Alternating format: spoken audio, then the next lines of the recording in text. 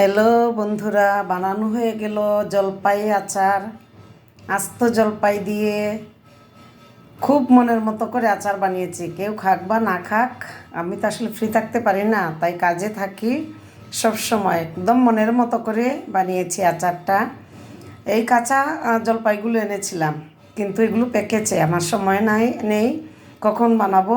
তো আজকে চিন্তা করলাম যে না, আজকে আমার হাতে মানে সংসারের কাজ ছাড়া এক্সট্রা দুটো কাজ, একটা হচ্ছে এই যে আচার বানানো, আর একটা হচ্ছে ফুলের টবে রং দেয়া। ফুলের টবেও রং দেওয়া হয়ে গেছে, এখন হচ্ছে এই আচার বানালাম সন্ধেবেলা। অনেক খাটনি আসলে এগুলাতে। ওই যে পাঁচফোড়ন, আস্ত পাঁচফোড়ন দিয়ে প্রথমে একটু সিদ্ধ করে নিয়েছি, যদিও পেকেছিল, তারপরে একটু সিদ্ধ করে নিয়েছি।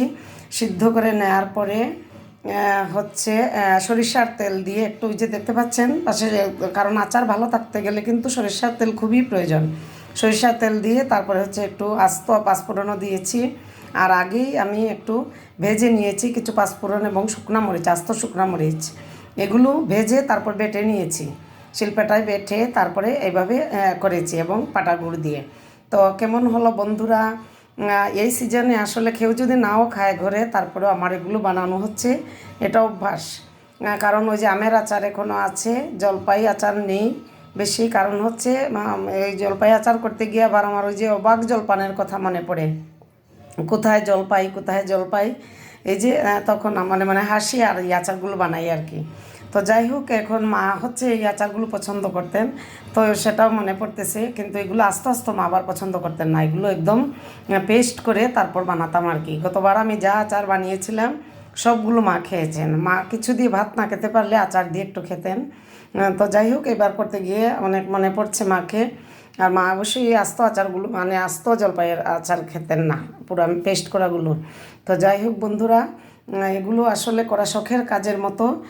এই যে কেচে নিয়েছি, প্রথমে কেচে কেচে তারপরে কিন্তু একটু সিদ্ধ করেছি লবণ দিয়ে, একটু হালকা সিদ্ধ করেছি। কারণ নতুবা ওই যে টকটক এবং কাঁচা কাঁচা একটা গন্ধ থেকে যায়, তাই হালকা একটু সিদ্ধ করার ফলে এই গরম ইয়েটা থাকবে না আর কি, গন্ধটা থাকবে না। তাই এখন একটা দারুণ স্মেল আসছে, তো অসাধারণ লাগতেছে। আশা করি খেতেও খুব সুস্বাদু হবে। তো যারা পছন্দ করেন, আমার স্কুলে কালকে নিয়ে যাব আমার শিক্ষকদের জন্য।